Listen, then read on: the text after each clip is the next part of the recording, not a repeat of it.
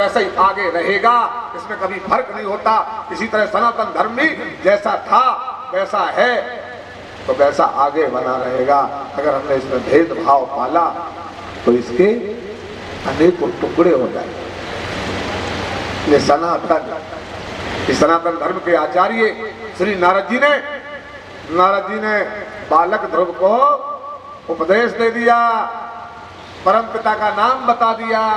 आप लोग भी उस नाम को प्रेम पूर्वक फिर से स्मृति के लिए श्रवण करें।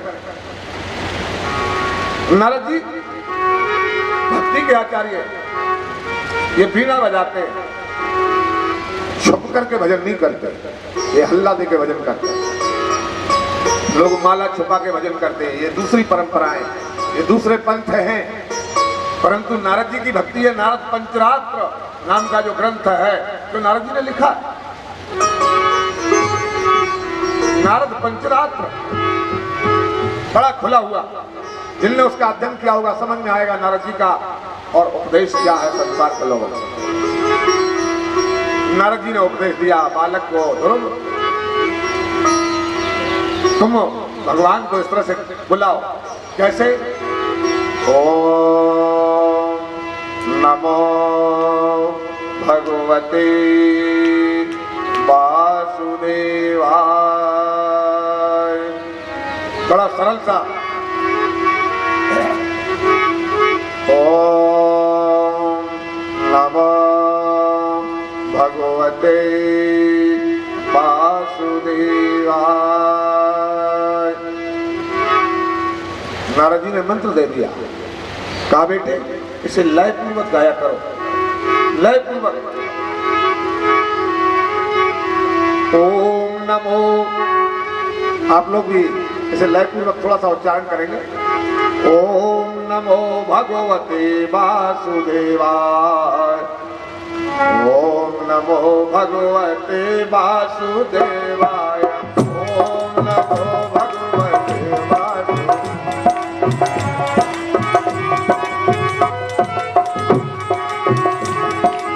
ओम नमो भगवते वासुदेवाय। ओम नमो भगवते वासुदेवाय।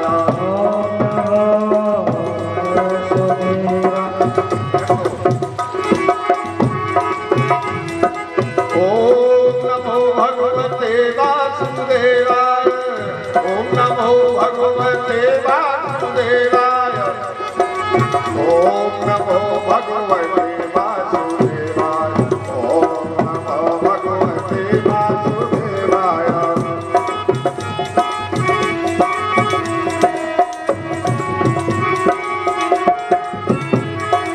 ओम नमो भगवते वासुदेवाय। ओम नमो भगवते वासुदेवाय। ओम नमो भगवते वासुदेवाय। ओम नमो भगवते वासुदेवाय। ओम नमो भगवते वासुदेवाय। ओम नमो भगवते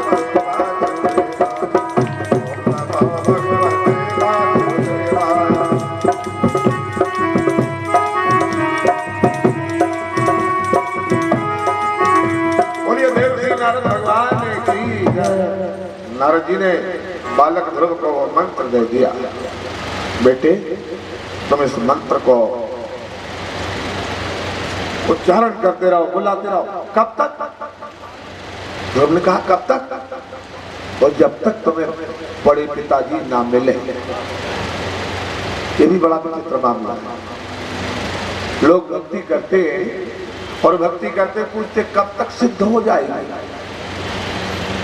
अरे भाई तुम पैदल चल रहे हो और पैदल चल रहे हो या गाड़ी से चल रहे हो और तुम जहां जा रहे हो बोले कब तक पहुंचेंगे। अरे वाली जैसे तुम्हारी स्पीड होगी तुम उस लक्ष्य तक उतने समय में पहुंच जाओगे। पर चलते तो जाओ और बीच में रुक जाओ, कहो कब पहुंचेंगे। ये भक्ति का मार्ग ऐसा। आप जहां जा रहे हैं चलते जाइए। हमारे शास्त्रों ने कहा चरे रहती चलते रहो, चलते रहो, रुको मत, चलते रहो। हाँ, एक मरीज एक डॉक्टर के पास गया, सब हमको ये बीमारी है। बोले क्या? बोले हम गुड़ खाते हैं, शक्कर खाते तो मीठी नहीं लगती। ये गड़बड़ी हो गई, जीव की गड़बड़ी है। डॉक्टर ने कहा हाँ तो भैया इसका इलाज तो है। हाँ ठीक है तो दो इलाज दीजिए। डॉक्टर ने गोलियों की पैकेट दे दी। ये गोली एक रोज सुबह एक शाम को खाया करता। 2-4-10 दिन गोली खाई पर शक्कर फिर भी मीठी नहीं लगी। फिर गया डॉक्टर के पास। अरे डॉक्टर साहब कब तक खाना पड़ेगा? बोले और खाओ। जो 1-8 महीना हो गया खाते खाते। फिर अरे बोले अब कब तक खाएंगे डॉक्टर साहब? अरे बोले जब तक शक्कर मीठी ना लगने लगे तब तक यही खानी पड़ेगी। यही इलाज है इसका। भक्ति का भी यही मामला है। भक्ति करना है तो जब तक तुम्हें आनंद ना आने लगे भक्ति में, स्वयं तुम्हें दुनिया के लोग पागल ना कहने लग जाएं,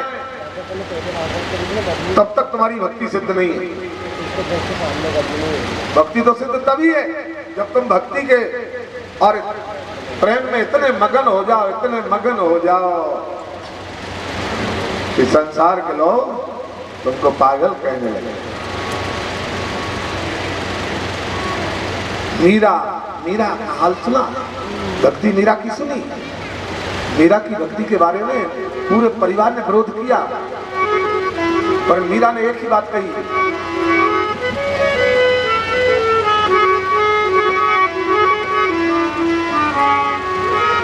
मीरा ने एक ही बात कही, ये सखीरी में तो प्रेमो दीवानी मेरो, दर्द न जाने को आलीरी में तो प्रेमो दीवानी मेरो, इस दर्द को कोई और क्या जाने। अरे लोग कहें मीरा भैरी बाबुरी, सारे संसार के लोग कहें राजस्थानी भाषा में बाबुरी, पागल हो गई पागल। लोग कहें मीरा भैरी बाबुरी, ये पागल हो गई। संसार के लोग भक्त को पागल कह जाते हैं। जो भक्ति कर रहा है उसे चढ़ जाता है, संसार के लोग पागल कहते हैं। ध्रुव उस जंगल में नारद जी के दिए हुए उपदेश को और निरंतर गायन करता रहा, निरंतर गायन करता रहा। लोग कहते हैं भूख प्यास लगती हो, कैसे जिया होगा। सज्जनों, ये अनुभव उन्हीं को होता है जो भक्ति करते हैं। शरीर के मुख्य आहार 3 हैं। मुख्य आहार 3 हैं, जिनमें एक तो भोजन जो ठोस पदार्थों में, आपके तरल पदार्थों में, दूसरा पेय पदार्थ, जल, दूध, रस इत्यादि, ये 2 प्रकार के भोजन है। तीसरा आहार है वायु। तीसरा आहार है मनुष्य का वायु, हवा। इस ठोस भोजन के बिना मनुष्य 1 महीना आराम से जिंदा रह सकता, कोई दिक्कत नहीं होगी, नहीं मरेगा। और जल के बिना भी कई लोगों ने उपवास किए, 15 दिन तक मरेगा नहीं, आराम से चलेगा। पर वायु के बिना एक क्षण नहीं चलेगा। तो सबसे श्रेष्ठ आहार कौन है? भोजन है या पानी है या वायु है? इसलिए जिसने संसार बनाया उसने अपने संसार बनाने के पहले विचार कर लिया कि हम संसार के लोगों को बना तो रहे, पर इनके लिए आहार की कहीं कमी ना हो जाए, इसलिए जो आहार सबसे ज्यादा लगता है वो आहार भरपूर दे दिया, भरपूर दे दिया और हर जगह दे दिया। कहीं कहीं किसी को कोई कमी नहीं है इसकी। हाँ, अगर किसी मंत्री के कब्जे में दे दिया जाता है इसे, तब मामला क्या होगा। इसलिए ये विभाग उन्होंने अपने पास रखा, क्योंकि वो परमात्मा जानता है कि इसके बिना एक क्षण नहीं चलेगी। और दुनिया के लोग इतने स्वार्थी हैं जो अपना स्वार्थ साधने में लोगों को इसे नहीं देंगे। इसलिए वायु भरपूर परमपिता परमात्मा ने सारे संसार को भरपूर दे। जब चाहो जितनी चाहो उतनी ले लो। अब ये परमात्मा तो वायु शुद्ध दी, पर ये हम लोगों का स्वभाव है शुद्ध को अशुद्ध करना। जितना सामान हमारे संपर्क में आता है वो उस परमात्मा का दिया शुद्ध है, और हमारे संपर्क में आया और हमने संपर्क किया उसका, तो वो अशुद्ध हो गया। आप समझ लो, ये वायु आपकी नाक के द्वारा सांस के रूप में अंदर चली गई और आपके अंदर गई तो लौट के आई, तो गई थी शुद्ध ऑक्सीजन और लौट के आई तो कहते से कार्बन डाइऑक्साइड बन के आ जाता। केवल तुम्हारे अंदर पहुंची, ये शुद्ध थी, पर तुम्हारा साथ हुआ अरे अशुद्ध। हाँ, साथ होते कितना समय लगा? अरे इसको 2 सेकंड नहीं लगे। तुम कितने अच्छे आदमी हो, जो तुम्हारा साथ करता है तुम उसे गंदा कर देते हो। ये प्रकृति है, प्रकृति पवित्र है, प्रकृति पवित्र है, और इस पवित्र प्रकृति का जो उपभोग करता है और इसको अक्षुण्ण बनाए रखने के लिए और कार्य करता है, वो प्रकृति का साथी है। और जो प्रकृति से छेड़खानी करके प्रकृति का दोहन करता है, प्रकृति का दोहन करता है, वो विकृति है। और जो प्रकृति का रक्षण करता है, प्रकृति का पोषण करता है, वो संस्कृति है। और संस्कृति के आधार पर जीने वाला मनुष्य देवता कहलाता है, और प्रकृति के साथ चलने वाला मनुष्य कहलाता है, और प्रकृति को गड़बड़ी फैलाने वाला राक्षस कहलाता है। संस्कृति, प्रकृति और विकृति, देव, मानव और दानव। सज्जनों, जब प्रकृति के साथ कोई रहता है तो प्रकृति उसका पूरा रक्षण पोषण करती है। ध्रुव प्रकृति के साथ रह रहा था, कहाँ? जंगल में। इसलिए उसको पीने को झरना पानी दे रहे थे और भोजन के लिए वृक्ष फल दे रहे थे, और ये शुद्ध वायु वृक्ष भी दे रहे थे। इसलिए ध्रुव भक्ति में मगन था, उसे संसार के सामान की अलग से कोई जरूरत नहीं पड़ी, और वो भगवान के भजन में लगा रहा। श्रीमद् भागवत महापुराण में ये कथा बड़े विस्तार से आई है, क्योंकि हम तो आपको संक्षिप्त में और कहने का प्रयास कर रहे हैं। क्योंकि श्रीमद् भागवत महापुराण 18,000 श्लोकों का ग्रंथ है। सज्जनों, हमारे परम पूज्य गुरुदेव ने जब हमसे ये प्रारंभ करवाया और कहा अच्छे मन से, बड़े प्रेम के साथ इसको विस्तार से सुनाने की कोशिश करो, और जब इसको विस्तार पूर्वक कहा समझा करके, तो सज्जनों इस पुराण को समझा करके कहने में हमें 13 महीने बीत गए। आपको हम 7 दिन में क्या सुनाए, पर हाँ 7 दिन में ऐसे ही समझ लीजिए जैसे गंगा जी में जल तो बहुत है, पर गंगा का पूरा जल भरने के लिए किसी के पास बर्तन नहीं है कि वो पूरा जल भर ले। तब क्या किया जाए? अरे बोले जितना लोटा है उतना ही भर लो। अरे भाई जितना लोटा है उतना ही भर लो, और चलो उस लोटे को, अब ये मत देखो कि लोटा ये बर्तन पात्र काहे का है। अरे जिनके पास सोना है वो सोने के बर्तन में भर लाते हैं गंगा जल, जिनके पास धन है वो चांदी के बर्तन में भर लाते हैं, नहीं तो 7 धातु के बर्तन में। और जिनके पास नहीं है पैसा, वो आजकल के चलते हुए और प्लास्टिक की कुप्पी में भी भर लाता है। बर्तन चाहे प्लास्टिक का हो चाहे सोने का हो, पर भरा क्या है? गंगा जल। भरा क्या है? गंगा जल। सज्जनों, इसी तरह से ये शरीर बूढ़ा हो, ये शरीर जवान हो, ये बालक हो, ये शरीर स्त्री का हो, ये शरीर पुरुष का हो, किस वर्ग में जन्मा है, किस जाति में जन्मा है, किस धर्म में जन्मा है, ये भी भरोसा नहीं। ये गंगा जल कौन से बर्तन में आ जाए। राजेश रामायणी हिंदू नहीं है, राजेश रामायणी इस्लाम धर्म मुस्लिम कौम में जन्मा है। अरे पुराने जमाने की बातें खत्म करो, रसखान कभी मुसलमान हुए? रसखान मुसलमानों में जन्मे, पर कृष्ण के परम भक्त हुए। कृष्ण के परम भक्त हुए। रहीम हाँ बर्तन, अरे बर्तन का मतलब नहीं है, बात तो गंगा जल की है जिनके अंदर भगवान की भक्ति भरी है। राजेश रामायणी पूरे भारत में नहीं पूरे विश्व में समय भागवत कथा बोल रहे हैं। आज की कथा सुनने को लोग ललायत रहते हैं। हम हिंदू होकर के भी कृष्ण को नहीं जान पाए, हम हिंदू होकर के भी, हाँ हमारा बर्तन सोने का है, हम ब्राह्मण कुल में जन्मे हैं, हम क्षत्रिय कुल में जन्मे हैं, हम हिंदू हैं, बड़े गर्व से हम कहें हिंदू हैं। अच्छा सोने के बर्तन में शराब भरी हो अगर तो प्लास्टिक की कुप्पी में गंगा जल भरा है तो उस प्लास्टिक के बर्तन में से एक एक बूंद लोग ले ले करके और जय गंगा मैया की कह करके अपने आप को पवित्र बनाते हैं, क्योंकि गंगा जल है। और सोने का बर्तन भी हो और पर भरी शराब हो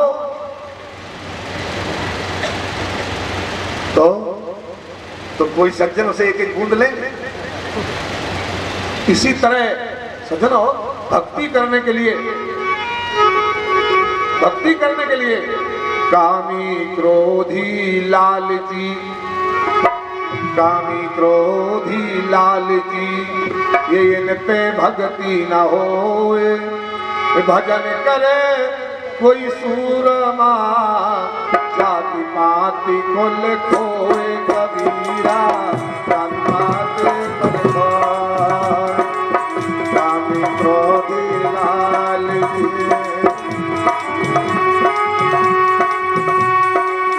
इन पे भक्ति न हो, भक्ति करे कोई सूरमा जाति पाति कुल खोए बाबरे, जाति पाति कुल खोए।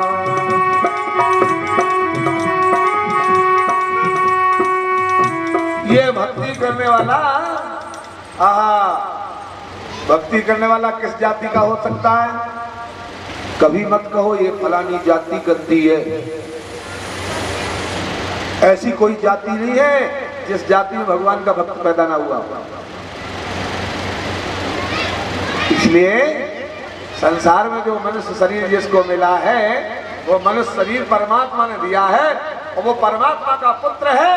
वो अपने पिता के पास जाने के लिए बेरोक टोक जा सकता है। क्यों? कि परमात्मा जगत का पिता है। हाँ उसके नाम अलग अलग हो सकते हैं, जैसे एक पिता को पत्नी पतिदेव कहती है, तो माँ बेटा कहती है, तो पुत्र पिताजी कहता है, तो बहनोई जी उसे साला कहते हैं और साला उससे जीजा जी कहता है, भतीजा उसको चाचा जी कहता है। और ये व्यक्ति एक है पर उसके नाम अनेकों हो जाते हैं। जब एक व्यक्ति के नाम अनेकों हो सकते हैं तो वो परमात्मा उसके नाम कितने हो सकते हैं। इसलिए उसे कोई राम कहे, कोई कृष्ण कहे, तो कोई अल्लाह कहे, तो कोई भाई गुरु कहे, तो कोई गॉड कहे। अरे ये बात अलग है, तुम किसी नाम से पुकारो पर है तो वो परमात्मा। उस परमात्मा को जो प्रेम से पुकारता है परमात्मा उसे प्राप्त होते हैं। सज्जनों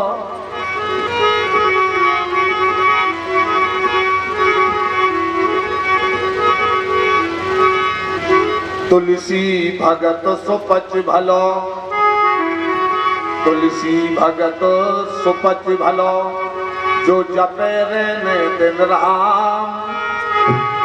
तुलसी भगत सुपच भलो जो जपे रहने दिन राम। उत्तम कुल के ही काम को जहाना प्रभु का नाम बाबरे, जहाना हरि का नाम।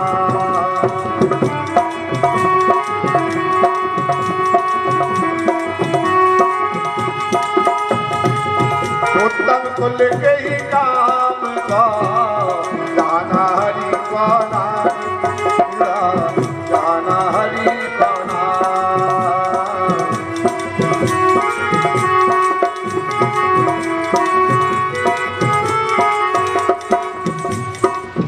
अरे स्वपच जो पहले मेला उठाने का काम करते थे, जिनको लोग स्वपच कहते थे,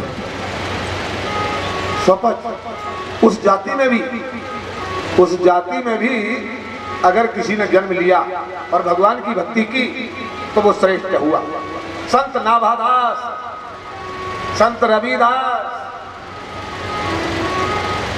अरे जाति से मतलब है। और ये आप कहेंगे क्या कहानी सुनाने लग गए हो, कथा कह रहे हो, या ये हम अपनी मर्जी से नहीं कह रहे, हमारे ग्रंथों का उल्लेख है। रामचरितमानस में तुलसीदास जी ने एक प्रसंग लिखा। पार्वती जी ने पूछा भोलेनाथ से, महाराज ये बताओ संसार में कौन सा कुल पूजनीय है, कौन सा परिवार पूजनीय है, कौन सी जाति पूजनीय है, कौन सा व्यक्ति वंदनीय है?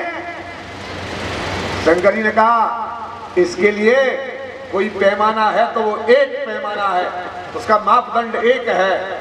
शंकर जी ने कहा गिरिजा, अरे पार्वती गिरिजा सो कुल धन अति जगत